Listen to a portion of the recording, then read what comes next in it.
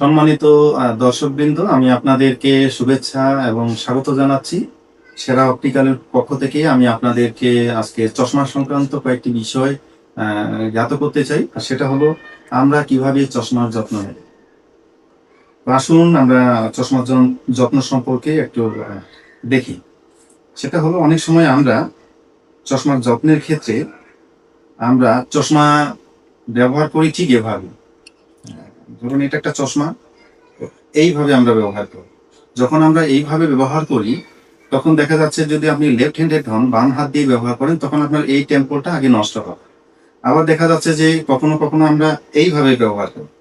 যদি আমরা এইভাবে ব্যবহার করি তখন আপনার এই টেম্পলটা আগে নষ্ট হবে, এটা ভালো থাকে। ফলে কি হয়, দুটো টেম্পল, এই যে আপনার যে হ্যান্ডেল যেটাকে আমরা বলি টেম্পল, এই টেম্পলগুলি লুজ হয়ে যায় বা ভেঙে যায়। এটা একটা বিষয়। তো এটা আমরা অ্যাভয়েড করবো, এটা যেন আমরা না করি সেদিকে খেয়াল রাখবো। দ্বিতীয় বিষয় হচ্ছে যে কখনো কখনো আমরা চশমা পরি কি, আমরা এই মাথার উপরে রেখে দিই এইভাবে। তো আমরা মাথার উপরে রাখবো না চশমা। চশমা সবসময় এই ধরনের এটাকে আমরা ঠিক এইরকম কাভারের মধ্যে রেখে দিই। এটা কখনোই আমরা মাথার উপরে রাখবো না। ফলে কি হবে, আমরা যদি এটাকে মাথার উপরে রেখে দেই, এখানে তেল জমবে এবং আমাদের যে চুল আছে এই চুলের স্ক্রাচ পড়বে, এখানে দাগ পড়বে কিন্তু, কারণ চুল আমাদের যথেষ্ট ধারালো। তো সেজন্য আমরা মাথায় রাখবো না, এটা হয় চোখে রাখবো অথবা এইরকম বক্স আছে, বক্সে, চশমার বক্সে এটা আমরা সংরক্ষিত করবো। তৃতীয় যে বিষয়টা বলতে চাচ্ছি সেটা হচ্ছে যে আমরা অনেক সময় দেখা যাচ্ছে যে বাইরে গেছি, বাইরে প্রচুর ধুলি ময়লা আছে, তো এগুলি আমাদের ল্যান্সে পড়ে। এই ধুলি অবস্থাতেই যখন আমরা একটা চশমা এরকম করে মোছার চেষ্টা করি তখন ওই ধুলি দিয়েই একটা দাগ পড়ে যাবে। এবং এখানে আমাদের খেয়াল রাখতে হবে যে যখন আমরা চশমাটা মুছবো তখন খুব বেশি চাপ দিয়ে মুছবো না, এভাবে চাপ দিয়ে মুছবো না।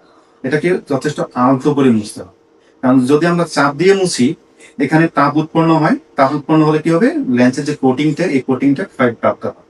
আমরা যদি এই হাতের মধ্যে এরকম ডলা দেই, এখানে তাপ উৎপন্ন হবে এবং দেখবেন যে এখান থেকে কিছুক্ষণ পর ময়লা বের হবে। এরপরেও যদি আমরা এখানে চাপ দেই, ঘর্ষণ দেওয়ার চেষ্টা করি, তাহলে এটা লাল হয়ে যাবে এবং চামড়া ছিঁড়ে যাবে। ঠিক তেমনি আমরা যখন এটাকে মোছা দেব তখন এমন ভাবে মুছবো যেন এই লেন্সটা বুঝতে না পারে আপনি এই লেন্সকে মোছা দিচ্ছেন। অর্থাৎ খুব আলতো করে মুছতে হবে এটা।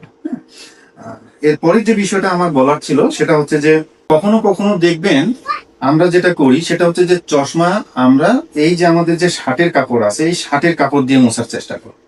শার্টের কাপড় অথবা স্কার্ফ অথবা সাদা আমাদের ফেসিয়াল টিস্যু, এই ধরনের টিস্যু দিয়ে মোছার চেষ্টা করি। তো আপনারা দোকান থেকে সব থেকে যে ধরনের কাপড়গুলি পান, এই ধরনের যে চশমা মোছার জন্য ক্লিনিং ক্লোথটা পান, এই ক্লোথ দিয়ে আপনি মোছার চেষ্টা করবেন।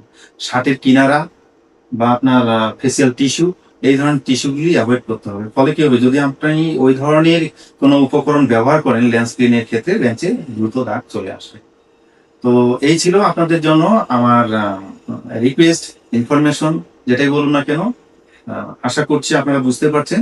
এই বিষয়গুলি আমরা অ্যাভয়েড করে চলবো, যাতে আমাদের চশমা ভালো থাকে। চশমা যদি আমাদের ভালো থাকে তো আমাদের চোখ ভালো থাকবে। কারণ চশমা হচ্ছে আমাদের চোখের বন্ধু। আমরা যদি আমাদের বন্ধুর যত্ন নিতে পারি তো বন্ধু আমাদের চোখের যত্ন নেবে। সুস্থ থাকুন, ভালো থাকুন। সারা পক্ষ থেকে আপনাদের সবাইকে ধন্যবাদ।